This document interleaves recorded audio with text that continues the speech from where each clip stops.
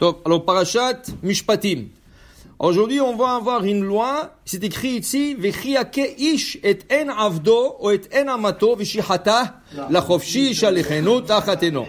V'im shen avdo, ou shen amato yapil, la chofshi shalichenu tachatshino. Alors, il dit ici la Torah, que un maître, il a acheté un esclave, Evet Knaani. Et, pour une raison ou pour une autre, il lui a donné un coup de poing. Avec le coup de poing, il lui a fait sortir l'œil. Ou avec un bâton, il lui a fait sortir l'œil. La Torah dit, si Shichata, s'il a endommagé l'œil, il a fait sortir l'œil, la chofshi shalechenu tachateno. Il doit maintenant le libérer. Normalement, un maître n'a pas le droit de libérer son esclave Knaani. Chez Nehemar, comme il est dit, le'olam ba'em ta'avodu. À tout jamais, vous allez vous servir avec eux. Même quand il décède, il doit l'hériter à son fils. Il ne peut pas le libérer. Le'olam. Le'olam, ça veut dire, même s'il décède, il le laisse à son fils comme esclave. C'est comme ça la recommandation de Torah. Il y a une histoire dans la Gemara. Il y avait une fois un Rav, Rabbi Eliezer, il a libéré son esclave Knaani. Toubi. Non, pas Toubi. Toubi, c'était le rabbin Gamliel. Rabbi Eliezer, il avait un esclave Knaani, on ne connaît pas son nom. Il a libéré. La Gemara pose une question, comment ça se fait qu'il a libéré? Alors, il y a, dans les Rishonim, il y a un grand mahloket, qu'est-ce qui est arrivé pour qu'il le libère? Okay? Alors, le Roche, il répond deux choses. Il répond une chose, Rabbi Eliezer, c'est un Kohen. Okay? Il est arrivé dans une synagogue, il n'y avait que 9 personnes. Ils n'avaient pas une dixième. Et lui, il voulait faire Birkat Kohanim. Pour pouvoir faire Birkat Kohanim, qui mitzvah de Oraita, il a libéré son esclave pour pouvoir faire Birkat Kohanim. Alors la Torah dit, Le'olam ba'em ta'avodu. Mais d'autre part, Kot evarechu et ben Israël. Alors pour faire la mitzvah de Kot evarechu et ben Israël, il a libéré son esclave pour pouvoir... Comment?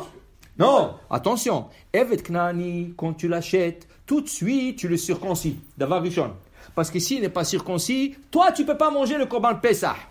S'il est chez toi à la maison, toi, comme patron, tu n'as pas le droit de manger le Korban Pesach jusqu'à que tout le monde dans ta maison soit circoncis, juif et non juif. Et comme il est à ta charge, quand tu l'achètes avec Nani, première chose, circoncision. Deuxième chose, mikvé. Conversion. Il est converti à moitié. Il est esclave, mais il ne veut pas. Voilà, la Gemara dit, il y avait un, dans le Sechet Gittim dit, il y avait un, il a acheté un évêque, il ne voulait pas se convertir, alors il lui a donné un coup de poing, il lui a fait tromper dans le mikvé, il lui a forcé de tromper dans le mikvé, il ne lui a pas demandé. C'est ça? C'est ça? Et il lui a forcé de se tromper. Alors, sans qu'il se trompe et qu'il se circoncis, tu ne veux pas le rentrer chez toi à la maison. Alors il est déjà moitié juif. Seulement il est avec Knaani toujours. Et la Torah dit, Le'olam ba'em ta'avodu. Le jour que tu vas lui donner un contrat de libération, on appelle shtar shichrour, il devient un juif le chaloutin, complètement juif. Il devient juif le chaloutin. Okay? Maintenant, tu n'as pas le droit de lui donner ce contrat. Qu'est-ce qu'a fait Rabbi Eliezer, dit le Roche? Parce qu'ils étaient que 9, et ils ne trouvaient pas un dixième, ça n'avait pas l'air qu'un dixième vient. Il voulait absolument faire Birkat Kohanim. Il a libéré l'esclave, qui est devenu tout de suite juif. Il a donné un papier. Atam Mishuchrav, tu es libéré. Tout de suite, il est devenu juif. Ils avaient minyan. Ça, c'est première réponse. Deuxième réponse, dit le Roche. Deuxième réponse, c'était le Shabbat avant Purim. Quel paracha nous lisons le Shabbat avant Purim? Parashat Zachor. Parashat Zachor, selon la majorité des dictionnaires, elle est de Oraita. Toutes les lectures de la Torah pendant l'année sont d'ordre rabbinique. Ezra Sofer les a instaurées. Mais Parashat Zachor, elle est mise de Oraita. Et ils n'avaient pas minyan. Ils n'avaient pas minyan, dit le Roche. Et ils voulaient absolument, Rabbi Eliezer, ils voulaient absolument lire la Parashat Zachor ben minyan. Pour pouvoir se le Sefer Torah, il n'avait pas le choix que de libérer son esclave Knaani pour qu'il puisse devenir juif tout de suite et compléter le minyan. Okay? Mais la Torah dit... Les deux, hein. Le même Shabbat, c'était Shabbat, ça fait le 4 quoi. Ça peut être le 2. Maintenant, comme tu n'as pas le droit de libérer, mais dans le cas exceptionnel que tu lui as crevé l'œil, tu es obligé de libérer. Obligé. La Torah te dit, la chofshi shalechenu, tachat eno. Une autre chose, on va expliquer. Il n'a pas fait exprès. Deuxième chose. S'il a fait exprès... Non. Deuxième chose. Il lui a cassé une dent. Il lui a giflé, paf! Et il lui a donné sur la bouche. Et l'autre, il avait une dent comme ça, paf! Il est tombé la dent. La chofshi shalechenu tachat shinno. Tu lui as enlevé une dent, tu l'envoies en liberté à cause de la dent. Pourquoi? Pourquoi on parle de l'œil et du dent? On va te dire une explication hassidique, mais on va voir que ce n'est pas rien que la dent et l'œil. On dit que d'où est la source des esclaves knaanites? Où est la source? Si on recherche dans la Torah, où est-ce qu'on doit remonter pour la knaanite? Ham. Eved avadim, Ehav. Il a été maudit par son père Noach. Le père Noach, il a dit à Ham, tous tes enfants seront avadim. Comment s'appelait le fils de Ham? Knaan. Arur Kenaan. Noach, qu'est-ce qu'il dit? Arur Knaan. Eved Knaani, il a été maudit. Eved avadim, Ehav. Très bon. Maintenant, qu'est-ce qu'il a fait Knaan pour être maudit par son grand-père? Il a vu son père nu. Ken? Quand il a bu, Noach, il a bu du vin, il était nu dans la tente. Vaïgal Noach betochaolo. Il est parti dans le chouk. Il a raconté ça à ses frères, selon si c'est Noach et Ham, et si c'est pas Ham, c'est Knan. Il a raconté ça à Shem Veyefet, dans le plein chouk. Il y a plein de gens qui passent. Venez voir, le grand-père est nu. Comment tu parles de ça dans le public? Il n'y avait pas de chouk quand c'était. Ah, bien sûr qu'il y avait des... Juste, ils ont sorti de... Ça va, pas grave. Ils ont fait un petit chouk comme ça. Chouk, ça veut dire en public. En public. Alors dans ce cas, quand Noach il a su ça, il a maudit. Qu'est-ce qu'il a maudit? Pourquoi? Parce que la faute a été commise par l'œil et par la bouche.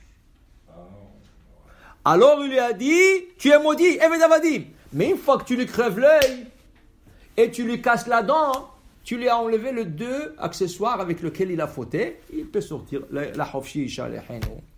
Ça va? Ça, c'est une explication. Maintenant, on va te dire, Rashi dit, c'est pas seulement la dent et l'œil. Il y a 24 organes. Si tu lui casses, tu lui enlèves un de ces organes, tu lui as coupé un de doigts. Combien de doigts il a? 20. Il a 20 dans la main, 10 dans la main, et 10 dans le pied. Ça fait 20. Gida Ama, l'organe génital. L'organe génital, si tu lui as, par erreur, tu as coupé, c'est ça? Et quoi d'autre? 2 oreilles et le nez. 24 organes. Si tu as touché à un de ces organes, et tu lui as fait un défaut, tu lui as coupé, tu l'envoies. Alors pourquoi on parle de Shen Ve'ain? C'est 24, c'est pas Shen Ve'ain. Allez, c'est pas. Parce que Shen Ve'ain, ils ont quelque chose de spécial. Qu'est-ce qu'ils ont de spécial, Shen Ve'ain? Rashi. L'œil, okay? L'œil, si tu la crèves, elle ne va plus revenir à sa place. Okay? Ça ne va plus revenir. Alors j'aurais dit peut-être l'œil. Pourquoi? Parce qu'il lui a fait un défaut qui n'est irréversible. Okay? Mais la dent, une dent, elle peut retourner. Elle peut repousser. Ça, elle peut repousser. Okay? Le contraire, l'œil, elle naît avec lui. Mais la dent, elle n'est pas née avec lui. Alors j'aurais dit Dafka, l'œil qui est né avec lui, mais pas la dent qui n'est pas née avec lui. Okay? Alors c'est pour ça qu'on a parlé de Shen ve'ain. 2 organes que chacun il a un avantage que l'autre il n'a pas. Okay? Chacun il a un avantage que l'autre n'a pas. Alors dit Rashi, c'est pour ça qu'on a parlé de Shen ve'ain. Okay? Et il te dit ici, Vim ne'emar Shen. Et si j'aurais dit Shen, okay? Velo ne'emar Ain, on n'aurait pas dit l'œil. Aïti omer afilu Shen tinok. Si c'est un bébé esclave et tu lui casses la dent, lui, sa dent va repousser. On a dit que le défaut doit être irréversible. Alors un bébé, 5 ans, 6 ans, il est esclave, tu lui as cassé la dent, ça va repousser. Ça c'est dent de lait, on appelle ça, Ken. Alors c'est pour ça qu'on a dit Aïn, comme l'œil qui n'est pas réversible, le dommage n'est pas réversible, ainsi on parle d'une dent qui ne va plus pousser. Si c'est une dent qui va pousser, ça compte pas. Okay? Alors c'est pour ça qu'on appelle Shem Va'ain, mais en vérité c'est Esrim Ve'arba Evarim. Et pour te dire, voilà, que malgré que ce sont esclaves, il doit faire attention de ne pas l'utiliser comme un objet. C'est pas un objet, il faut qu'il lui donne son respect.